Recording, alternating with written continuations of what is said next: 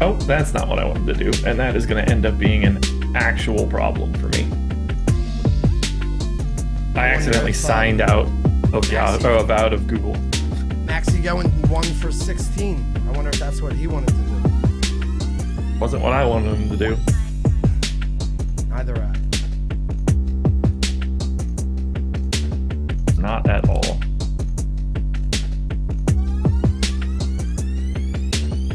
I figured he'd be a little bit better than Jaden Hardy. Turns out, not so much. He's got a better laugh. I don't think I've ever heard him speak. It's like Kawhi. I'll have to send it to you. Awkward. Born ready.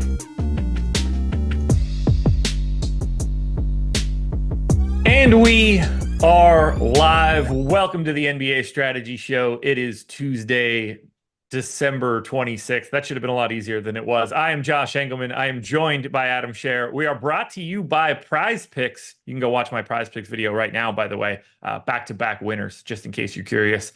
9-game slate ahead of us. We've got an NBA Millie tonight on DraftKings. Should be a fun one. Hit the like button, subscribe to the channel, hit the notification bell so you know when everything goes live. Adam, how was Christmas? Christmas was good. Christmas DFS was not. Christmas best ball was not. But Christmas itself was good. Betting was good. It wasn't as good as DFS was bad. But yeah, overall, no real complaints other than ones that I would direct Paul Reed's direction. Marcus Morris was great. Yeah, well, I ended up with like none of him. So. Oh, did you? Yeah. Well, he played 10 minutes. Oh, okay. Yeah, and then so he wasn't great. It was dreadful. He went from playing 30 minutes when no one's there to now just playing 10. Did you have a lot of Chimezie Metu yesterday? I don't think so, no. 52.75 DraftKings points in 33 and a half minutes. That'll work. I know Grayson Allen had 48. I know Luka had 97. Yes, he did, and yes, he did. But that Metu one was just like, could have used that on Friday when I actually went to him instead of today when I didn't. Never fails, man. It just never, ever, ever fails. Always going to be early to that and then get destroyed by it later. Tyrese Maxey unable to make any sort of shot in the first half, trying to do his best Jaden Hardy impersonation. Just real annoyance across the board for me. I didn't care too much. I mean, I lost at basketball yesterday. My real annoyance was I had 7 best DraftKings best ball teams in the semis. I had 1 underdog team. Going into last night, everything was dead except for one DraftKings team. I needed 28 Christian McCaffrey points plus anything Brandon Ayuk scored over 11. So I jump in the first by like 1.5 points. McCaffrey gets me there. Ayuk's at like 2. So I'm like, all right, I have a 9-point buffer. It's the fourth quarter. They haven't done shit all game. And then it just turns into the Brandon Ayuk drive for like 2 drives in a row. And I end up losing by like, I don't know, 8 points or something. Oh, at least he got blown out then. Like, it would have been a lot worse. It was because of 2 plays. Like, sure, but like, at least it was clean. Like, you didn't get it by a tenth of a yard or something. So it had the potential it could have been a lot worse because the Niners got to the 1 yard. They threw it to Ayuk in the end zone, pass interference at the 1. So they're at the goal line. And I didn't even care because I was like 7.5 points back. It would have been a lot worse if it was like, oh, McCaffrey touchdown wins it. And then they didn't even like give McCaffrey a chance. Yeah, I'd rather have no dream whatsoever than like it just sneak over. That would have been pretty irritating. Yeah, I think I saw Pete Overzet finish like a point shy with McCaffrey. So like if he just gets a goal line carry and scores, he advances. But they pretended McCaffrey did not exist at the goal line. Yeah, that's not ideal. Would probably be the best way to describe it. Anyway, you ready to break down this slate? Sort of. Are you throwing a bullet in the Millie? Haven't decided, probably. I threw one in. I couldn't help myself. I'd rather have it be slightly cheaper and slightly more people, but whatever. Yeah. The way I generally think about it is like, do I want to play a $2,500 lineup tonight? No. Do I want to win $1 million? Yes. And the yes is stronger than the no. Yeah. I think we're on the same page there. So fire that bullet away and we'll see where we end up. But for now, let's talk some basketball, shall we? Sure. The Brooklyn Nets are 6.5-point favorites in Detroit, 233 total For Brooklyn, it's the same people that are always around. For Detroit, slightly different. Jalen Duren probable, Killian Hayes probable, Beef Stew probable. I said this on the process show this morning. I'm going to say it right now. I have nothing to back this up. The Detroit Pistons win tonight outright. Just feels it. I just feel it. Like they're going to pick up this dub and that whole little thing is going to go away. So use that information accordingly for building your Pistons lineups. That's my message. Definitely I know ball type stuff. Did you see how their owner's feeling about their current situation? I know they were chanting sell the team. I know that I saw some sort of headline. I don't remember it. I drank a lot the past 2 days. The gist of it was that he thinks selling the team would be ridiculous because outside of their win-loss record, the Pistons are doing great. Oh, yeah, that's besides the whole succeeding thing. Yeah, everything is fantastic. Oh yeah, didn't he say something about like they do a lot of stuff in the they do a lot in the community, which obviously has to do with the ownership. Like you couldn't just sell the team to somebody that actually wants to win and then them still do stuff in the community. Yeah, that's not whatever. Genius, just pure genius running around here in Detroit. Whatever, they're gonna pick up a dub today against the Brooklyn Nets. That's really all that matters, at least to me. I really hope they don't. I mean, I would like to see them lose out. It'd be a lot cooler if they lost like 57 straight basketball games or something. I just want to see some like ridiculous amount of losing. I was joking with Alex. Alex said something about them losing. And I said the Lions are going to win more games from January 1st through the end of the NBA regular season than the Pistons. I would actually really enjoy it if that happened. They might. I mean, it would be very interesting if they win more games than the Pistons do in the entire season. Like that's probably close. Oh, you're saying from week 1 of NFL? Yeah. Yeah. Who more wins, Lions or Pistons? Probably is close. Oh God, that's terrifying to think about. So for Brooklyn, we got like 10 to 15% owner. I mean, basically everybody's getting some love. 10 to 15 on Dinwiddie, Claxton, and Bridges makes sense. And then around, 5 to 10 on Cam Thomas, Cam Johnson, Sharp, DSJ. What are you seeing here from Brooklyn? Because I think the guys that are getting the ownership are the ones that I would want, but I honestly feel like they're a little bit too high, but that's what happens when you face the Pistons. Yeah, I think the pricing is just pretty fair here. There's not one particular guy that stands out as egregiously mispriced and that you're definitely building around, but we've just seen their salaries come down over the last few games. Bridges in this spot at 7,400 just looks good. Claxton at 6,700 looks good. Dinwiddie looks fine at 6,900. Those are the three getting double-digit ownership. Cameron Johnson's at 9% at 5,900. Like you said, they're all going a little bit over-owned, but it's nothing crazy. It's not like, you have somebody getting 40% ownership that is 10% to be optimal. They just look like good plays. You're going to obviously want some more contrarian pieces around them, but it's a 9-game slate. That's not going to be that difficult. None of them have crazy amounts of raw ownership. They just, across the board, the starters look like solid enough options. I'm a little surprised that 5K Daron Sharp is getting 8% ownership. Like the ceiling is obviously there, but you are fully paying for that now when you're talking about a backup center rather. Yeah. So that one I assume I don't really get to. It'll be interesting to see what the ownership is on someone like Andre Drummond, who also has a Q tag on Vooch. So we could end up getting to a lot of Drummond, but if those guys are comparable in price, I'm very interested to see what the ownership discrepancy is because they're basically the same dude for today.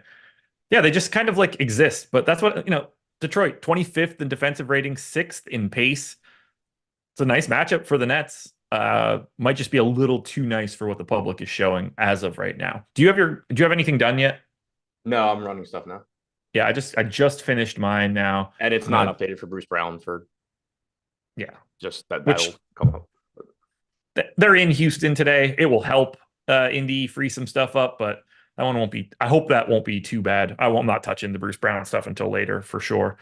There is no way that the Pistons, who are probably like 30% to win. Is that what we're seeing here? That is chat, yes. Of course. They'll never win, right? That's just they lost the last game. They can't win the next one. Yeah, that's the same logic everybody uses for everything else. But yeah, obviously they're underdogs. I agree they're underdogs. What I don't know. I don't need that irritation right now. I'm not looking at chat, so I'm going to continue to not look at chat.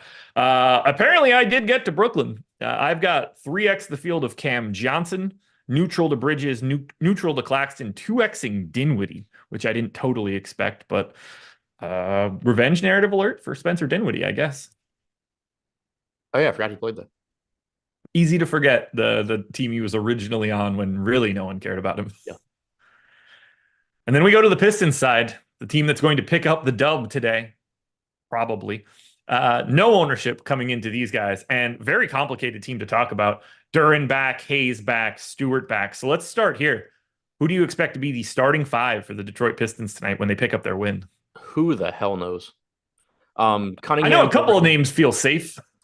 Cunningham, Duren, Bogdanovich. Yeah. Probably Stewart. Yeah. You could tell me they don't start Duren, and I would believe it. I don't trust these idiots at this point. But Cunningham and Bogdanovich. Yes. Agreed. What do you think of Duren at 6,500 today? 6% owned. It looks okay as a contrarian play, I guess. Like, I just have no feel for how many minutes he's going to play. It's not like the matchup is great. There's no shortage of centers. Riddle me this. Why is Nick Claxton more owned than Jalen Duren? Because he's playing against Detroit. I guess. I mean, Brooklyn's 19th in defense. It's not all that like moved a lot in the last game, I guess.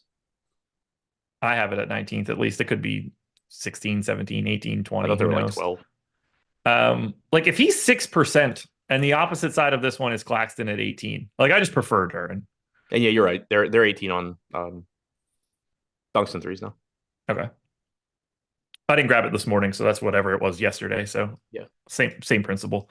I think he looks interesting if you're just comparing it in this one specific game, assuming he's starting. Obviously. I think he does too. I just have no feel for how many minutes he's going to play, but I do agree with you. If he starts, clearly that's a good sign for his playing time. I think we have to assume that he and Claxton are playing comparable minutes if Duren is the starter. Right. Well, and I'll say that's the other side of this is, obviously I don't know exactly how many minutes Duren's going to play. It's not like you're typically getting 34, 35 from Claxton. Right. You're expecting 29, 30 from Claxton, and that's certainly on the board for Duren. What else do you like here? Oh, who do you think we're getting, Ivy or Hayes? Ivy, I guess. I think it's still Hayes, and then they just close with Ivy. It could be Thompson. Yeah, it could. Feels like you're getting one of those guards, though. Yeah, I assume so. So like the thing with Ivy Hayes is I don't know. They announced Ivy as the starter last game when Hayes was in, and then Hayes ended up being out. Okay. Right. I forgot about that. By the way, whatever I said I had for Brooklyn, I think that I was not sorting my lineups correctly. So we're going to go ahead and hit the old refresh button and circle back. Okay, I have more Duren and more Boyan now. Good to note. And I have all of the Cam Johnson on the opposite side. So we're off to a great start. Are you getting, love the mornings. So you're getting a lot more Duren than Claxton right now? Yeah, by a lot. Did you project them for the same minutes? I have Duren. Yeah, I have them at the same amount of minutes. Basically the exact same projection too. They're both like 1.1-ish fantasy point per minute dudes. Comparable prices. I don't hate it. No, I think it looks fine. I don't really like much else for Detroit though. Like Boyan's always fine. Yeah, Boyan's always fine. Cunningham's always fine. 8,300 point guard, shooting guard, 7% ownership, 9% chance of being optimal. Like they're just guys that land in a lineup to be different. Yeah, I don't have much else to say here. This is like a relatively unappealing matchup, and we have some better spots today. Yeah, and the problem is just that like they're not overpriced for the most part. They're not expensive, but considering that this team has lost 800 games in a row, the rotations are shit. Like you don't know exactly what you're getting from most of these guys any given day. There's just a lot of risk in most of them outside of the usual this guy could play poorly risk. Anything else for this matchup? No. All right, then we'll go to the Orlando Magic, 7.5 point favorites in Washington, 237 total. So your stupid team is playing here today. Q tag on Ingles, Q tag on Suggs, obviously no Markelle Fultz. We have 14% ownership coming into Paolo Banchero, around 10 to Franz Wagner, around 10 to John Isaac and Jalen Suggs. If Suggs is in, I think he's a little interesting at 5,600, but nothing too crazy. What stands out to you from the Magic? Banchero at 8,300 looks really good to me. Yeah. Just solid price tag, great matchup, 14% ownership, 13% chance of being optimal. I like that. I like Franz Wagner at small forward, 7,900 as well. 12% ownership, 11% chance of being optimal. Price tag on him is a little bit higher than I feel comfortable with, but he is playing big minutes. Played 36 last game. We've seen him pretty consistently playing big minutes over the course of the season. And while I certainly like I like seeing Banchero's name in my lineup more than I like seeing Franz Wagner's. He still just looks good as a small forward option. So I think those are the two that stand out the most. I'm with you if Suggs is in. 5,600 is a pretty nice price tag there in this matchup. If he's out, $6,700 Cole Anthony will look good. If Suggs is in, Anthony is large field tournament playable just because he can get hot off the bench for sure in the spot. But very correctly, if not a little bit overpriced. If he's coming off, or not, if Suggs is in, he's coming off the bench either way. But if Suggs is in, but yeah, Banchero, Wagner look good. This is a prime Wendell Carter Jr. pisses us both off spot. But did you see his rotation from the most recent game? Yeah, I don't really know how you play him at this point outside of if you're playing 150 lineups in a very top heavy large field tournament. Sure, maybe you get to a little bit of him and just hope for the best. But between the way he has played, which is less of a concern for me, but still a concern, and the rotations, I don't know how you have any confidence at this point. We saw him in that first game back play much shorter rotations than we were hoping for, but they still let him get to like 23, 24 minutes by playing him in garbage time. That looked like, they're kind of trying to ramp him up. I took that as a good sign. He played 21 minutes the next game. He played 16 and a half last game, did not play the second quarter, did not play the fourth quarter. They just keep going to basically a 3-man rotation at center. Last game, it was actually Mo Wagner as the initial backup center, but then Goga to close both halves. Goga's been one of the better defensive players in the league. I don't think that this 3-center rotation is actually like the long-term sustainable solution, but with how Goga's played and the fact that they've gone to it for the first 3 games Carter's back, I think at least in the short term, you kind of have to just accept that they want to play all 3 of these guys.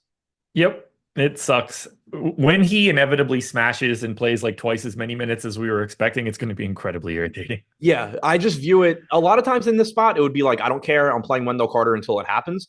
Yeah. But that would be more if like he kept not playing minutes, but he was playing poorly and then like they were in blowouts. But the rotation was, or like Carter starts and then Mo Wagner comes in and plays great and just like stays in the rest of the half. If you're getting stuff like that, I'd be looking at it saying like, I don't care. He's 3% owned.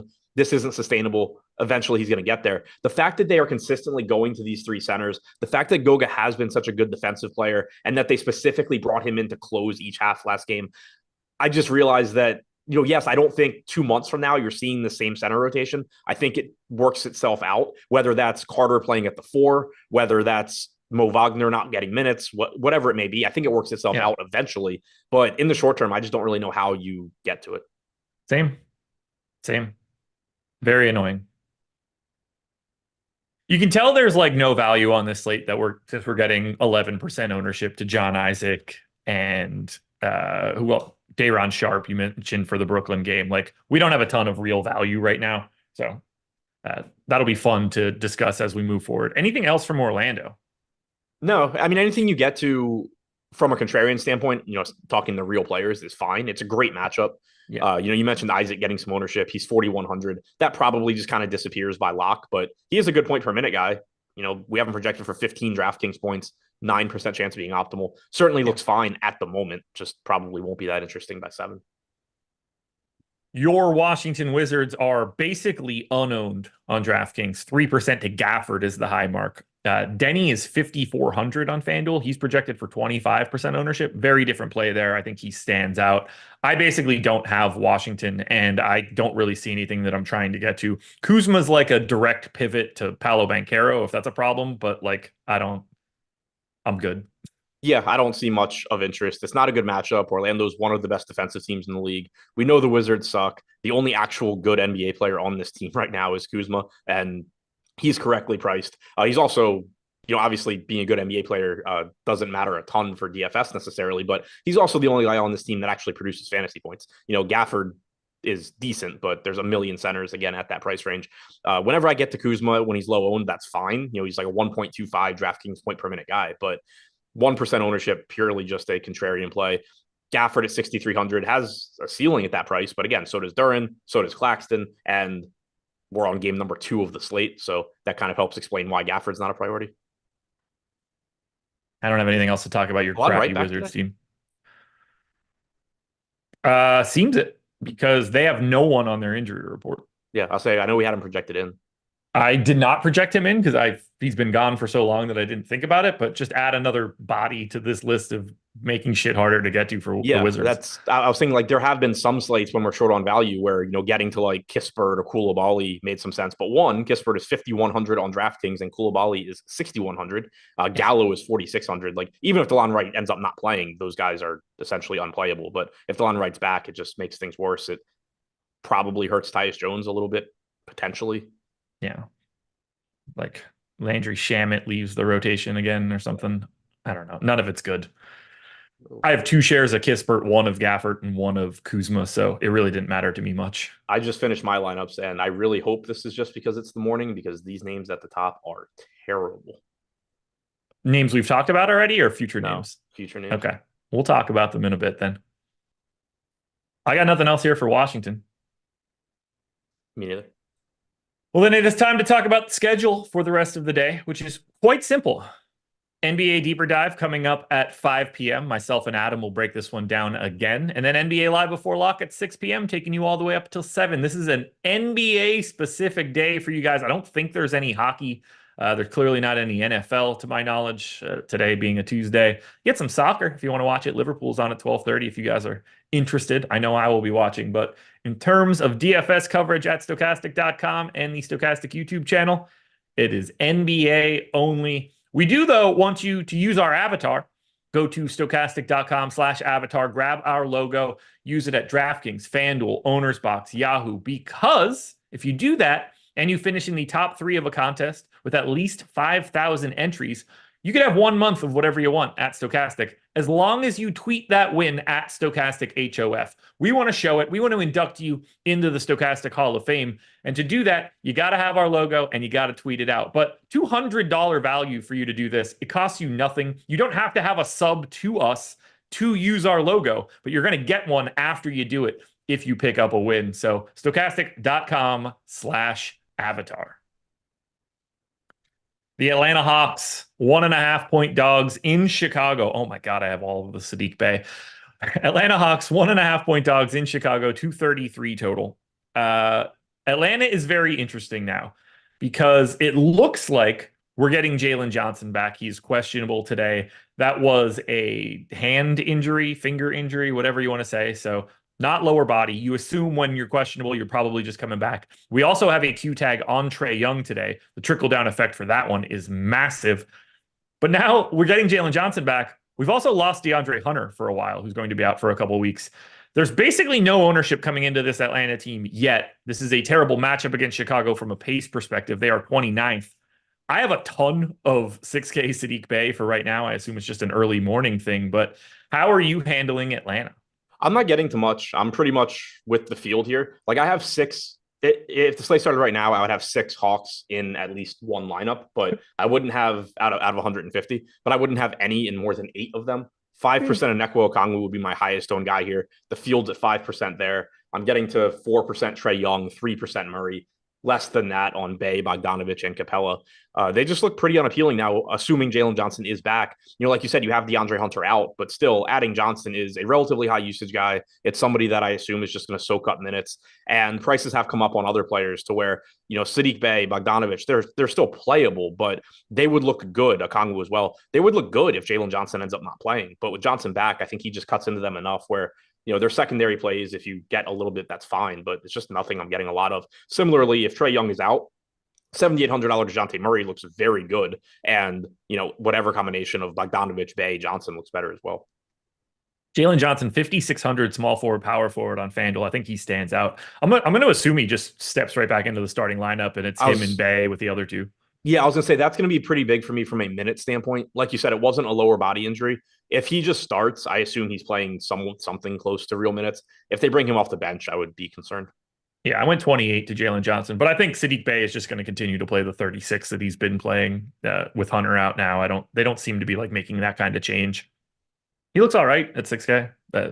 All right enough to show up in 49% of my lineups to start the morning. Yeah, I mean, I think that's insane. But again, I've seen Yep. who I'm playing, so Yeah. It feels very insane. Now, if Trey is out, obviously we're going to be firing up a $7,800 DeJounte Murray in a big, big way. you say obviously. Last time Trey was out, I played 2% Murray, so Hmm. he would How'd that look go? like. What'd you say? How'd that go? Well, he scored like 40 fantasy points. Oh, okay. Yeah, he would look like one of the clear top plays on the slate. I have no idea if I would be getting him today. Last time it was just an ownership thing. Because the problem you'll run into with him is there's always a lot of good 8K plays. There's always a lot of good guard plays. So if you're just getting 40% ownership to the 8K guy that projects the best, you still can find plenty of pivots. But clearly, from a point per dollar standpoint, would look like one of the best plays on the slate if Young is out. One other thing to mention with Atlanta, obviously Johnson coming back does affect the rotation, but we've seen pretty tight rotations here. They played 8 guys last game. We've generally seen Quinn Snyder run tight rotations. So that is nice just in terms of thinking through what the rotation is likely to look like if Jalen Johnson's back. Obviously, he's going to cut into other guys' production more than, Garrison Matthews, Wesley Matthews, Seth Lundy, guys like that. But the fact that we've seen pretty tight rotations, I don't expect them to just expand the rotation. I think he just takes minutes from the other peripheral guys. The Chicago side has still no Torrey Craig, no Zach LaVine, but we do have a Q tag on Vooch, which is very important because Andre Drummond is 4,700 today. That's cheaper than Day'Ron Sharpe. He'll be in everything if Vooch happens to be ruled out. Lots of ownership coming into Chicago. No surprise there. Atlanta 27th defensively, 5th in pace, 25% ownership to Caruso, 25 to Patrick Williams, 15 to 20 to Vooch, DeRozan, and Kobe White. Another 15 to Dalen Terry, which I thought was a joke when I ran my crunch this morning, and he showed up in my optimal lineup. And then that became a little bit more realistic now. Now, do I think that exists when we get to lock? Absolutely not. But we'll talk about it for right now. What are you getting from Chicago? I assume you're getting a bunch. 9 different players. Okay. Yeah. I have 4, but all 4 of them are in at least 22%. 31% Patrick Williams would be my second highest owned player if the slate started right now. He was one of the guys I was referring to as like, my God, I hope this doesn't happen. But at the same time, I get it. He's getting 26% ownership, 21.5% chance of being optimal. Played about 35 minutes last game. Good matchup against Atlanta. Not a lot of value on the slate, so it's easy to fit him into lineups. I understand why he's showing up. I just hope it looks different by the time this slate starts. I'm getting to a lot of Vooch right now, getting to 26% of him. Fields at 16%, so I'm a bit over there. He's 8K. Very, very happy to get there. If he plays, if he doesn't, then obviously a $4,700 Drummond starts to look like arguably the best play on the slate. And, DeRozan would look better. White would look better. I'm getting to 25% Javon Carter right now. That just has to go away. That's with like not a big Dalen Terry guy, I guess. I have 10% or 9% of him too. Those are just going to go away. That's in like 17 minutes of Javon Carter. It's like a 12 fantasy point projection, I think. That's just not going to hold. So I think that can pretty much be thrown away. But 17% DeRozan, 15 or 14% Caruso, 10% White. The Bulls look really good here. It's just a matter of who is playing and how much value opens up elsewhere on the slate. I'm 2xing Patrick Williams and Alex Caruso right now, which is like not at all the way that I want to do this because Caruso is going to play 19 minutes in that case. Right. I'll say, I'm under on Caruso. I have 14%, so I'm in line with the optimal percentage, just not with the field. Same goes for Kobe White, who the field right now getting to 18%. I have 10. I've been playing a lot of Kobe White recently, but it's been when he's low owned. I guess, that's probably, it's the same thing I was just saying about DeJounte Murray if Trae Young were out. $7,800 Kobe White in the spot looks fine. He's playing huge minutes. He's shooting better this year, but there's just no shortage of point guards and there's no shortage of guys around 8K that you can play. So I think that's probably why I'm getting a little bit less than the field. But overall, I'm getting to this team a ton. It just ends up being, which guys is it by the time we get to lock? Yeah, Chicago is going to look good regardless because of the matchup. And if Vooch ends up out, we're probably playing like 80% Andre Drummond type stuff today. Right. If Vooch ends up being out, assuming Drummond starts, he's about as good as it can get. Yeah. Do you think that we should be crossing out everybody projected for less than 25 fantasy points? No. No? Not the way that you would go about this? I would not. No. Okay, just checking. I do agree. So I don't know if this is what he's getting at. The overall point of like point per dollar in tournaments obviously matters, but not in the way that most people think. Yes. Like I can remember back in like 2016 being at a live final, having this conversation with people where it was not the consensus opinion. And now I think it is by, smart people, at least. Like if you knew for tournaments, like if you knew that a player didn't score 30 DraftKings points, you just wouldn't play them. Correct. I was always my take. And on most slates, when people are like, oh no, but if they 7X, they 7X. And it's like, yeah, you got 20 points. That doesn't matter. The spot's too valuable. So like if that was the point, yeah, but like just because of the way projections work, you shouldn't just be taking everybody out. You should be using their projection and then factoring in their volatility and determining how often they score the points that you need is what you should be doing. Yeah. Well, if you're projected for 25 fantasy points, it's really important to know what the salary is for that player. Because if it's 3K, then you shouldn't cross them out. And if it's 9K, then you should. Right. But like even that, and this is probably on the extreme end, but like if he's 3K and you know for a fact he gets 25 DraftKings points, it's probably pretty borderline whether you should ever play him. Yeah, that one then comes down to slate size. Right.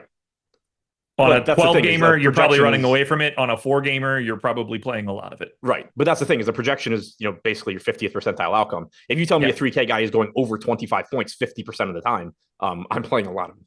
Yep. Correct. The Indiana Pacers, who we will not be able to talk about totally the way that we want to, because Bruce Brown was ruled out the moment we started this show. Makes perfect sense at 10 o'clock in the morning on a Tuesday. But they are 3.5-point dogs in Houston, 237 total. Terrible spot for Indy. This is the number 5 defense and a bottom 10 pace. But we do have around 15% ownership to Buddy Hield and Jalen Smith, which we could have that conversation in a second. And then a little bit of scattered ownership to Obi Toppin, Miles Turner. Not too much else going on here. Very hard to get to Halliburton right now. What do you want to do here with Indy? How are you feeling about the center rotation for the Indiana Pacers? How am I feeling about the center rotation? Yeah. Well, I'm getting to Jalen Smith, so there's that. Last game, 29 minutes for Turner, 14.5 for Smith. Isaiah Jackson didn't play in the second half, played 6 in the first half. I mean, it looks good for Jalen Smith based on how the last game went. That doesn't necessarily have to carry forward, but I don't really know how else to project it at this point. So we have $4,100 Jalen Smith projected for 18.5 DraftKings points, 18% ownership, 17% chance of being optimal. I'd have 25% if the slate started right now. That's just another example of chances are I'm not playing 25% center only Jalen Smith by lock, but with the current value that we have, it looks fine. He's my highest owned guy from Indiana right now. I'm getting to 17% Hield, 17% Turner at 8% owned, $7,000 price tag, 13% Nesmith at 5,200. He certainly should look better without Bruce Brown. Yeah. But yeah, I don't know. I'm actually getting to a lot more Indiana than I expected, given how bad this matchup is. Yeah, I'm not really, but I don't know. Like when we remove Bruce Brown, who gets the biggest benefit here? We saw Nembhard obviously play a bajillion minutes last time out. You said with Brown out? Yeah. Yeah. Like, are we going to be projecting Andrew Nembhard for 30 minutes? Right. I was gonna say, I'm wondering, does Nembhard start or does I guess it would be Nembhard. I mean, it looks like he did last time. Yeah, he did. But I was thinking it could have been Nesmith, but I mean, I assume it's Nembhard here. Nesmith still played 28 minutes last game. The guy that lost minutes was Mathurin, only played 16. I think you could certainly see him cut into Nembhard. I would think projecting like 28 minutes or so for Nembhard makes more sense than 36. Yeah. Oh, yeah. 36 isn't happening. It's just very interesting. I mean, he played the entire third quarter, might as well have played the entire fourth quarter. Like, got real rotations. Like, I probably play some of him at 5K, assuming he's starting. But the problem is, too, he's replacing Bruce Brown. He's not replacing Tyrese Halliburton. Right. Yeah, I have 14% Turner, 13% Smith, very little amounts of Obi Toppin and Buddy Hield. Yeah. I have, like I said, I have a good amount of Hield. I'm a little over the field right now. 6,100 shooting guard, small forward. The position and salary are nice. I just assume by lock I've found other things than a $6,100 Hield against Houston. But at the same time, I mentioned I'm getting 30 around 30% on Patrick Williams at 5,700. I think it's just that right now that price tag is really, really useful in rounding out lineups. Agreed. The Houston this is the side of team, this, like when we talked about the Bulls, I'm getting a lot of the Bulls. I'm pretty sure I'll have a lot of the Bulls at lock. It's just a matter of which ones I have. Right now, I'm getting a lot of Indiana. I wouldn't even be surprised if I lock. I just barely have Indiana. I have a little bit of one particular player from Houston, which this is like the most staggering exposure that you and I have seen on a morning show at this point for someone that isn't getting much ownership. 10% ownership to Tari Eason, around 10 to Jabari Smith, 10 to Alperen Şengün. Houston has a Q tag on Tari Eason for today. Incredible matchup against Indy, worst defense, top 5 pace team. Do you have 94% Dillon Brooks? No, I knew that was going to be who your guy was, but I have 2. Okay. That's slightly different. You're gonna zig while I zag, I guess. No idea. I'm kind of surprised. I know what's causing it, but I'm kind of surprised I only have 2, just because he's shooting guard, small forward, 5,400, playing the Pacers, and low owned. It seems like the kind of guy that on the way the slate looks right now, that I would be playing, over the field, but I'm not. Yeah. 94 seems aggressive and like something that is absolutely not going to hold. Correct. Not going to have that much, but I do like him at 4% owned in this matchup. Like, this is a great spot to me for Dillon Brooks. I already took Dillon Brooks's over on my prize picks video, so I feel a little bit better there. It's really hard. Like, I don't think that anybody immediately stands out for Houston, but it's pretty easy to want to get to whatever you can. Yeah, for sure. Şengün would be my highest owned guy right now at 17%. Fields at 10. Absolutely love that if I can get to it. Center only 8,700, obviously high opportunity cost, but very good point per minute guy in a very good matchup against Indiana. Van Vliet's my second guy at 15%. Again, playing huge minutes, $8,400 price tag, 5.5% owned. That's the kind of guy where, not saying that he's better than DeJounte Murray if Trae Young were out, but that's the kind of guy where, if DeJounte Murray just starts getting 40, 50% ownership and Fred Van Vliet sitting there at 4% for $600 more, just give me some Van Vliet at the expense of Murray and I'll take my chances. Happy to get to whatever Van Vliet I can. Like I said, right now, getting around 3x the field would be very happy with that based on the matchup and playing time. Even with the field on Jabari Smith, we finally saw for the first time in a while a game where Tari Eason was in and Jabari Smith still played real minutes, because remember, Tari Eason had missed a couple of games, and so Jabari Smith played huge minutes in those games. In the previous games when Eason had been in, you got some foul trouble for Smith. You got Eason playing really well and Smith just not coming back. And you and I had talked about it, that it had sort of led the industry in general to just way over project Tari Eason in terms of minutes and ignore that he really wasn't playing many minutes alongside Smith. And it was tough. It's tough for him to get those minutes if nothing goes wrong with somebody ahead of him.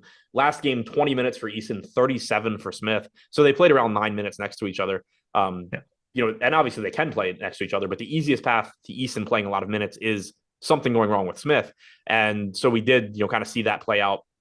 Eason's getting 10% ownership. I have 10%. So I'm even with the field on both of those guys. I probably don't really want them together. I don't know that you necessarily have to set that rule, because it doesn't have to be Jabari Smith. Like, if Şengün gets in foul trouble, you're probably getting extra minutes for Eason.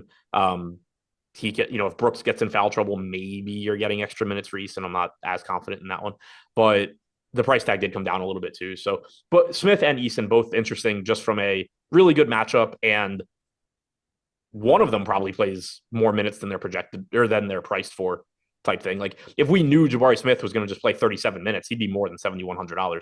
And if we knew that Tari Eason was going to play 27 minutes, he'd definitely be more than 5,600. So that volatility makes them sort of interesting in tournaments, although the ownership is also there to counteract it. Other than that, I'm just getting small amounts of Thompson, Green, Brooks, Tate, other Green. But Şengün and Van Vliet are the guys I'm getting the most right now, and I'm over the field on them. I hope that carries over, because I do really like that. Yeah. I would really like to trim a little bit of my Dillon Brooks, but other than that, I should be fine. I don't think 94 needs to be maintained by the time we get to lock. Memphis Grizzlies, 5-point dogs in New Orleans, 228 total. This one, giant pain in the ass. So Marcus Smart's questionable. We're slowly getting this Memphis team back to like full strength as they're ever going to be. John Conchar available. No ownership coming into Memphis. 8% to Santi Aldama is the high mark. I have 28 right now. I only gave him 24 minutes, but I think it's just one of those situations where we don't have value.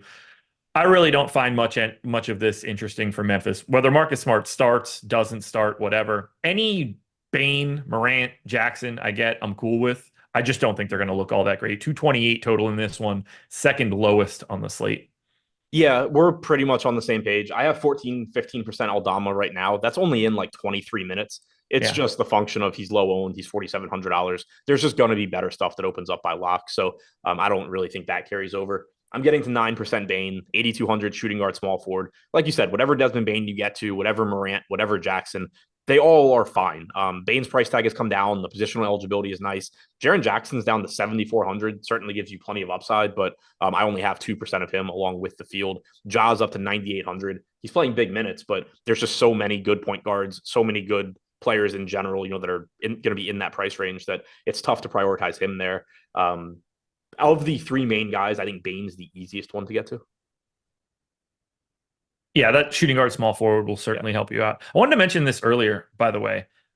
Interesting slate at the top. No Jokic, no Embiid, no Doncic, no Giannis. The four best per minute dudes that exist and established in the league. Not on this slate, nor Anthony Davis, who was also up there quite a bit. But we do have our boy Victor Wembanyama, who we'll talk about in a little bit. One other note on Desmond Bane. I don't know exactly how this will play out, but it is something to keep in mind. Smart coming back is certainly just going to muddy this rotation, and the guys that take the biggest hit are going to be these fringe guys. The Williamses, Conchar, potentially Aldama. Just, you're going to see a lot. You can see Memphis play a lot of different lineups and potentially cut into their minutes. I wouldn't be surprised if you see a bigger than expected drop in production for Desmond Bane. He's been staggered with Morant, and we know that he takes on a big playmaking role when Morant's not on the floor. I don't know what the rotation will look like. I also don't know who actually has the ball in their hands in this situation. There's a good chance that they run Smart and Bane with that second unit. And if Smart's the one with the ball in his hands, Bane's still good, but there is the chance that you really see a cut in playmaking production from Bane. And like we mentioned, Smart is questionable, left foot sprain, and he's been out for ages. I'd be very surprised if he started today. I assume they're gonna work him back a little bit, but eventually the starting lineup, I assume, is Morant, Smart, Bane, Jackson, center. Probably, yeah. I mean, that could also be Aldama, Jackson, or you're right. Yeah, I was gonna say Jackson. Yeah, I was gonna say I feel like in a postseason matchup, it would probably be Jackson at the 5. I don't know that they're looking to go there, although for them, every game at this point is kind of a playoff game. Yeah. I got nothing else for Memphis. Me neither. Doubtful tag on Larry Nance, Q tag on Cody Zeller, 15% ownership coming into a $7,700 Zion, 5 to 10 coming into Ingram, McCollum, Daniels, Jones, Joe Alvarado. The whole damn team is getting a staggered amount of ownership. I don't really love this spot for New Orleans all that much. Memphis might have been bad with Ja out, but their defense was solid enough. I have a little bit of some of these Pels guys. Happy to get to Ingram, McCollum, Joe Val, or Zion if I can, but not all that appealing. Yeah, I mean, my highest owned one right now is Alvarado. I have 16%. So once again, getting to a guy that played 10 minutes last game in a lot of lineups, but it's just going to disappear. The field's at 10% right now, too. We have him projected for 13 DraftKings points. It's what he opens up, but you're just going to have better value options by the time we get to lock. So I think we can pretty much ignore that one. Joe Val's the real player I'm getting the most of. 15% of him at 7,300, 9% ownership. So playing similar amounts of him as I was Miles Turner, as I was Şengün. I like getting to all these guys when they're sub 10% owned, just the ceiling that they give you. Obviously, he'll look a little bit better if Zeller and Nance are out, just from a playing time standpoint. But don't mind getting to Joe Val there. Other than that, I'm sub 10% on everybody. 7% McCollum, 7% Zion, 2% Ingram, 4% Herb Jones. I don't think this team really stands out, but they do obviously have high upside players. Joe Val probably the one I get to first. I do like the positional eligibility on Ingram, shooting guard, small forward, 8K. But like I said, not really getting much of him right now. I am curious too. I assume Memphis is going to start playing at a faster pace with Morant. You would think. That would make sense, at least to me. I don't know if that's the case, but I know that's the case. I know their beat writers have tweeted basically that Memphis wants to get out and run. They just sort of didn't have the personnel to do it. So it's not like they're intentionally playing slow. I assume this ends up, not from a defensive standpoint necessarily, but just from a pace standpoint, ends up being a better matchup rest of the season than it has been to date. Anything else for Memphis and New Orleans? No. All right, folks. Last chance. Last chance. I'm going to let you know now. In, call it 15 minutes, we're going to talk about the promo that's going on today. And if you don't use it today, you're not going to use it. But for right now, we got to talk a little bit about Prize Picks, presenting sponsor of this show. Make a deposit. They will match that deposit up to $100. I've got a Prize Picks video that comes out Monday through Friday. You could also use Odd Shopper if you're looking for more plays. If you're looking to take a market-based approach to beating Prize Picks, you can get expected value and expected win rates there. My recommendation is to just watch my video and win. Like I said, we won yesterday. We won on Friday. We win a lot. It happens. We went a little cold like a week and a half ago. Long behind us. Watch the Prize Picks video on the Odd Shopper channel. Watch the rest of the content on Odd Shopper if you're looking for more plays. You'll get a little bit more on the football side. That's not me. I'm on the NBA streets. But all I want you guys to do is sign up for Prize Picks using the link in the description. Click that link, sign up, get yourself up to $100 on that first deposit. Fantastic game here. Minnesota Timberwolves, 3.5-point dogs in Oklahoma City, 226 total. Wolves have a Q tag on Karl Anthony Towns, which will have a big trickle-down effect. OKC, Q tag on Giddey and Jalen Williams without the Y. Huge trickle-down effect for how that plays out. In particular, Shai Gilgeous-Alexander gets a biggity big bump if Jalen Williams happens to be out, which most people will never talk about other than you and I. Massive. No ownership. Yeah, it's so big. Nobody's really owning Minnesota here. That will change if Towns is out, but if he's in, these guys are all priced where they should be. Yeah, not getting much of anything here. Ant, 3% is my highest owned guy. Clearly, you see Ant in your lineup, you're happy, but 9,600 shooting guard only, very difficult to get to. Towns is up to 8,800. Gobert is up to 7,900. Really tough to get to anything from this team with any sort of frequency. What happens if Towns is out? Nothing. I mean, like Naz Reid looks better. Kyle Anderson looks better. Ant looks better, but they're all so expensive already. Yeah. Yeah, like 9,600 for shooting guard only. Ant isn't going to help out. 6,400 for Naz Reid. Like it's not a lot we're squeezing out there. Does it become just how much can we get to Kyle Anderson at 5,500? Yeah, but it's still Kyle Anderson at 5,500. I think that if Towns is out, it most likely goes from this team is borderline unplayable to Ant, McDaniels, Reed, Anderson, Alexander Walker. All are just like secondary options that you can kind of get to. The OKC side is... I don't think there ends up being one guy, though, where it's just like, oh, this guy's way underpriced now. It's more like, yeah, he could get there. Let's play a little bit. The OKC side is basically the same thing right now, but could change dramatically depending on how that news changes. So I don't really have anything all that interesting for OKC if they're at full strength. Give me any one of those main starter dudes and I'm going to be okay with it. If we can get to 10-5 Shai, reminder, I just got done telling you guys that all of the main high point per dollar or point per minute guys aren't playing today. If Jalen Williams is out, I'm going to end up with a ton of Shai. I assume he'll end up being probably the highest projected guy on today's slate. I'm going to love that. After that, good luck picking the rotation. Yeah, absolutely. Right now with Jalen Williams projected in, I'm actually getting 17% Chet as my only guy from this team in double digits. Another center in that 7 to 8K range that I'm just getting over the field on. Not a great matchup, but obviously I'm not going to be upset about getting to him at low ownership. Perfectly fine with me. Other than that, though, 5% SGA for me, Fields at 5%. He's fine if Jalen Williams is in. He's still a very good point per minute guy, playing big minutes. Matchup sucks, but getting to him where you can is fine. He becomes a much bigger priority if Jalen Williams is out. Like you said, it kind of gets slept on, but this is last year. It's been this year. Without Jalen Williams on the floor, Shai becomes an entirely different player from a fantasy standpoint. I am in the process of pulling up those numbers, but off the top of my head, I think it's like he's like 1.5 fantasy points per minute overall. He's like 1.4 with Jalen specifically on the floor, and he's like 1.7 with him off. Yeah, it's insane. And I think it'll also improve it. Like if Giddey is out as well, if that means more minutes for like Isaiah Joe, that's just going to be better for Shea getting to the hoop. Like offensively, that will be a help for Shea. Sorry, I as well. undersold him. 411 minutes this year without Jalen Williams on the floor, 1.8 DraftKings points per minute. So, Yeah. Jalen Williams being out just turns SGA into Nikola Jokic. I would like that news to happen at 7:01 because I don't think as many people will get to Shea at that point, and I will like mortgage my future to get to it.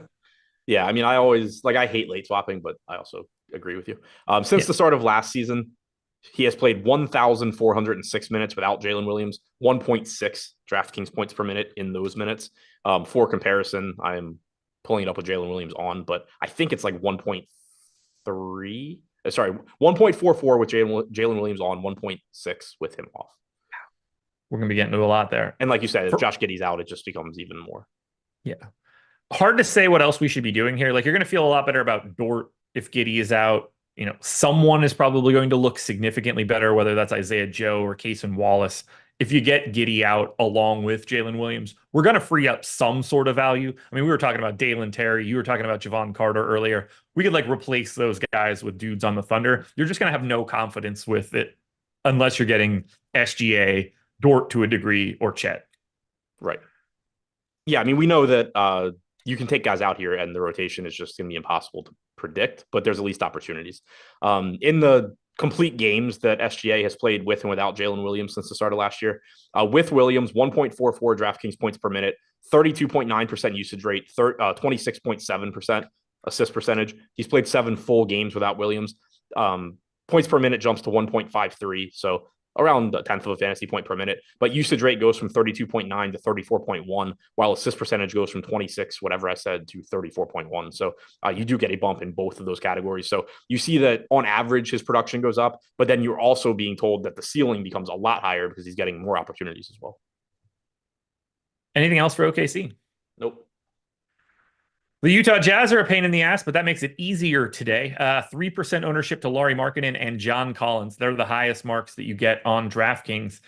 Keontae George questionable. Talen Horton-Tucker questionable. Jordan Clarkson is back. It's possible we get Keontae George back. So this is kind of like a full-strength Utah team. They're unowned. And assuming Keontae George and Talen Horton-Tucker are able to play today, I would like to get to basically none of the Utah Jazz, even in an incredible matchup against the Spurs. Yeah, pretty much all I have is 5% John Collins at 6,300.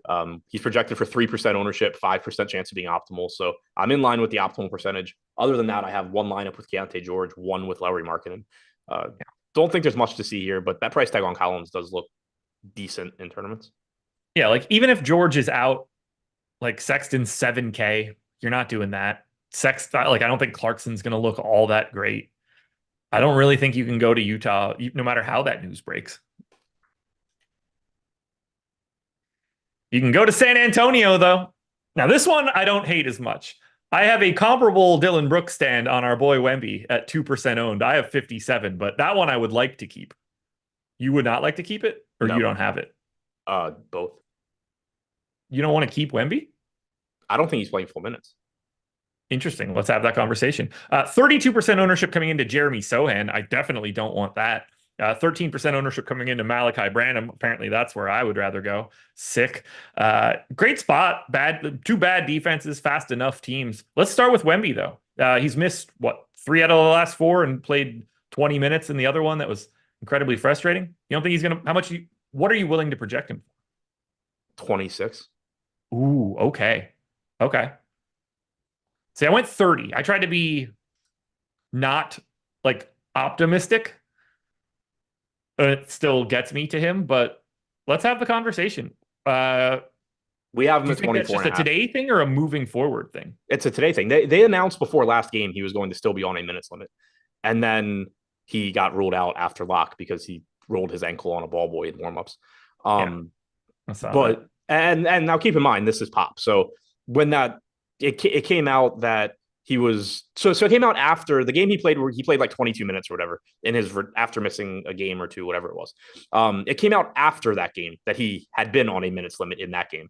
Then prior to the last game, when he was announced as a starter, they said he was still going to be on a minutes limit. Then he ends up missing the game. Sure, he could just go out there and play normal minutes. I have no confidence that's happening. Hmm. Yeah, they did run the weird rotation with him just playing the start of the first quarter, second quarter, third quarter, fourth quarter, Yeah, they playing said after basically the game that it 22 was minutes. because like I didn't know what to make of that because it seemed really weird for them to limit him there. But they did say Yeah. after the game that it was by design he was limited. And then again, the assumption last game was that he was back and starting. They said he is still limited. So yes, there was a chance that that was just going to, as usual, be Pop saying random shit and then doing the opposite. Yeah. But we didn't get to see that. So I can't really operate under the assumption that he's not limited at this point. Oh, that's not fun. The That's nice not thing fun. is he's just not going to get ownership. Yes. Whatever So it's, stand you take is going to work. well, it's like if he does just go play 32 minutes, you're going to be pissed off because he's 2% owned and you wish you had him. But Yeah. chances are it's not going to affect the outcome of the slate. So what do you want to do with the rest of the San Antonio team that's actually getting some ownership? That 32% to Jeremy Sohan feels insane. Yeah, so this was one where I think it's gonna change by lock for me. This team is getting ownership. I think I will get to them. Yeah. Right now, I'm only getting 15% Sohan, Fields at 32. Point guard, small forward, 6K, position's nice, salary's fine, matchup is fine. Probably just going a little bit over owned. The guy for me that I'm just not, or probably not going to be getting, I'm getting to 36% Champagne right now. But this is a spot where he's projected for 2% ownership with a 12% chance of being optimal. He started last game, played 21 and a half minutes, but a lot of that was the fourth quarter. He played the entire fourth quarter, played through garbage time. I don't think he ends up being anything here unless like Wemby is out and maybe somebody else ends up being out. I don't really know how he ends up being a thing. So I think that changes for me. I'm getting to 16% Vassell, Fields at 13%. That seems perfectly fine. 10% Branham, 10% Trey Jones. Like those seem okay. But the Champagne piece that I'm getting to the most, I don't think holds up. I definitely am happy that I have all of this Dylan Brooks at a slightly cheaper price tag than Chuck Jeremy Sohan. Sure. Like, if those guys are going to be 8-1 in ownership, I'll take the other side against the Pacers, but maybe not 90 something percent of it. Yeah, But I'll say I don't know that I would want to stand that extreme. I view it yeah, as if I have a chalky lineup, I can play Dylan Brooks over Sohan. I think Sohan agreed. is the better play. Yeah, agreed. Completely agree. All right, you're gonna make. I'm just gonna have to pay very close attention to Victor Wembanyama because I went the 30 minutes and clearly got him everywhere because I have him projected for 1.73 fantasy points per minute in this matchup against the Utah Jazz. Yeah. Yeah. And also, I mean, and John P is right. He said when he tweaked it in the warm up, he was walking perfectly fine. Pop is ultra tight in their quest to outtank the Pistons. He came back after. So he rolled it on the ball boy. He kept warming up for another like minute, went to the locker room, was clearly really annoyed. He came back and was throwing down dunks and then got ruled out. Well, he rolled it in that game like a week ago or whatever it Right. was, and was like basically okay for it in the grand scheme of things. They started putting out the stories and stuff of like how limber he is and how much dexterity he has in his joints. Like this dude can like fold himself in half like a piece of paper. Right. And all of this is making me very uncomfortable giving him minutes because they are clearly just from what they were doing, like the fact that they limited him in that they basically held him out as a precaution, brought him back and limited him. It wasn't a physical thing. I think he could have played more minutes physically. They just didn't want to play him more minutes. Then the next game, they say he's going to be limited. Again, I don't think it was a physical thing. I think they just didn't want to play him more minutes. And then he ends up missing that game because he rolls his ankle again. Like, could he play real minutes? Sure. They've done nothing to suggest that is what they are going to do. Do you realize that this little blip for Wemby is going to result in his price dropping to like 8K, and you and I are going to take a shot on him playing minutes like January 7th at 7,900 power forward center. And it's like, by the way, we both have 100% of Wemby. He's projected for 7% ownership. Good luck. Yeah, good. Yeah, that probably will happen. I hope it does. I'd like to get rid of my 31% Malachi Branham, but DraftKings softened up that pricing for Christmas. They ended that shit real quickly because they are over it now. Everybody is back to where they're supposed to be. Yep. Well, kind of. We have named a lot of garbage dudes that are getting 10% ownership today. Yeah, no, I know. I was going to say like Halliburton's 10-4. He had been up over 11K, but also you could argue that he shouldn't have been over 11K. So they kind of just he was priced correctly at that moment for what he was doing. It is just like the shine came off of it a little bit. Right. Now he's back to just being priced like SGA, which is where he should be. Exactly. Yeah, that when he was just getting 15 assists every night and nuking everybody and shooting 50% from three, they had to boost it a little bit. I like that it came back down. Hell of a game, though. This should the San Antonio side is going to be a real problem. The only thing that's not a problem is the holiday promo code. Today is the final day. If you want 25% off anything at Stokastic, whatever package you choose, Sims, lineup generator, NBA, NFL, hockey, you're getting projections and ownership and boom bust. It's 25% off across the board. The promo code is holiday. Any week package, monthly package, whatever it is. We're not going to be running another promo for a while. We've been running a bunch of them as of late for the starts of the season. Short gamer hitting the Millie. We had Cyber Monday. If you were looking to get into Stokastic, you will not find a better time to do it than right now, unless one of like Adam and I win the Millie tonight. Because then we're running another promo code Josh for sure. Oh, we definitely don't want promo code Adam. It's going to be very interesting to run a promo for Adam when he no longer works here. Oh, if I win the Millie? Yeah. Promo code Ship My Money is an independent contractor. Promo code Adam's on a beach. Yeah, probably. Anyway, sign up with the promo code holiday. I mean this sincerely. You're not going to find a better deal right now. 25% off whichever package you choose. If you've been looking to sign up with us, now's the time to do so. Sacramento Kings are 7.5-point favorites in Portland, 236 total. No ownership coming into Sacramento. Shout out to FanDuel, who dropped both 10 o'clock games tonight from their slate. So they went 7 games, ending it at 8 o'clock. Is that my favorite way to do this one? No, but given the 2 and 2.5 hour gap between the two, I don't think it's outlandish. I'm more mad at DraftKings for not having a really good 8 p.m. turbo slate, considering we have 5 games. They didn't do that. They went to the 2-game night slate anyway. Barely any ownership coming into Sacramento. Makes sense. Play Fox, play Sabonis, ignore most of it. Q-tag on Monk. Yeah, it's pretty much how I see it. I'm getting 19% Sabonis, which I am more than happy with if I can make that work. It's, again, there's opportunity cost at the position, but I'm getting over the field. I'm glad to see that we are back to me having 100 center spots on DraftKings. I think I've been over the field on every center we've talked about. You are. But yeah, happy to get there if I can. I'm getting the 13% Monk.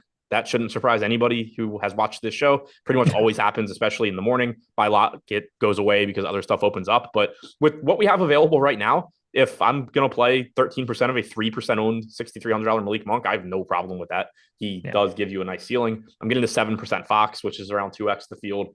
And then just shit, I have 7% of $3,400 Vesenkov projected for 10 points. That goes away.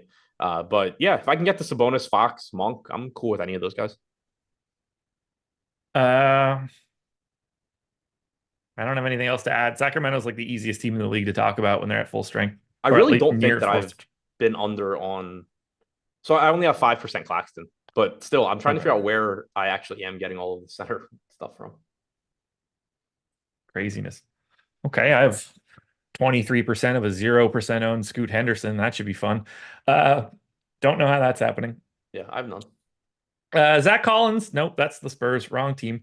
DeAndre Ayton, questionable. Shaden Sharp, questionable. Those two things will matter. 10 to 15% ownership on Anthony Simons, DeAndre Ayton, and Tumani Kamara. So that's what this slate looks like. Yep. I've got 23% Scoot at a price tag that I don't even think he deserves. Jeremy Grant, I have 13% of. I have 23% of DeAndre Ayton. I am getting to a little bit of Anthony Simons. I like pieces of Portland in this matchup, but maybe not the ones I got. Yeah, I'm basically getting to 3 guys, and it's the same 3 as the field. I'm getting to 18% Kamara. He's pulling 12% ownership. I don't want it, but he's 4,100, small forward, power forward. The minutes should be there. The production probably won't be. But, until stuff opens up, he's just going to show up as a decent value play that gets you other things. I'm getting to 16% Simons, 13% Ayton. Fields at 11% on Simons, 17% on Ayton. So I basically flipped those 2 guys, different positions, different price tags. Don't really have anything to do with each other. Just worked out that way. But yeah, so I'm a little bit under the field on Ayton here, but pretty much in line. I'm over the field on Simons. Matchup looks fine. Ownership looks fine. They just look like solid enough plays for what they are. I'm not getting much of anything else. I would have one lineup with Jeremy Grant, and that's it. I have If Sharp is Grant out, it does open some stuff up. We, of course, got the huge Malcolm Brogdon game one game after I played like 80-something% of him on the night slate, and he scored like 12. 7,500. He started. He played 37 minutes. If Sharp's out, he looks fine. Simons looks better. The peripheral wings look better. You ready to close this one out? This Yep. one won't be hard.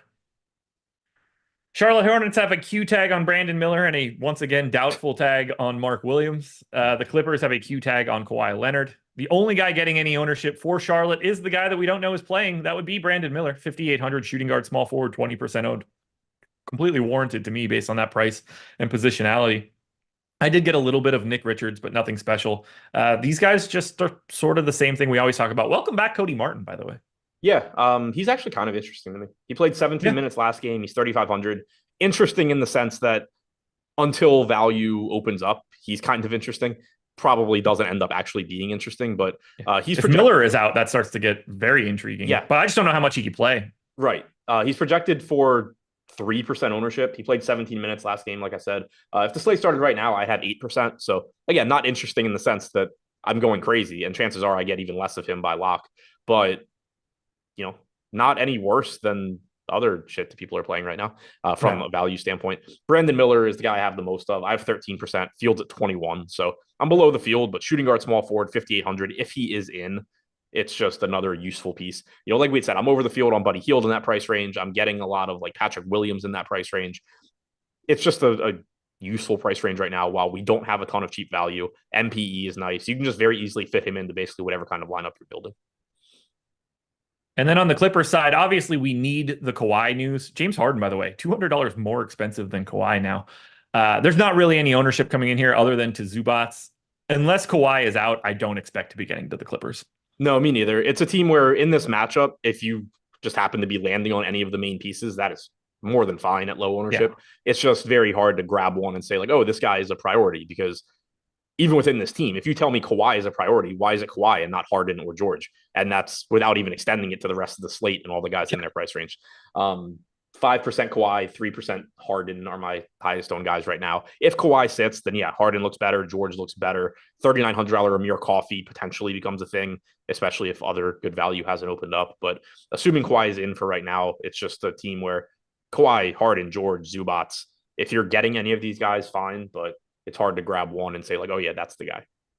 I think we're in for a hell of a slate tonight. It seems fun. It's hard. Sort of. Seems hard. Yeah. You got article and video today? Yes. Contenders videos for me already out. Check them out on this channel. Prize Picks on the Odd Shopper channel. Adam and I will be back at 5 p.m. Shout out to Prize Picks for being the sponsor.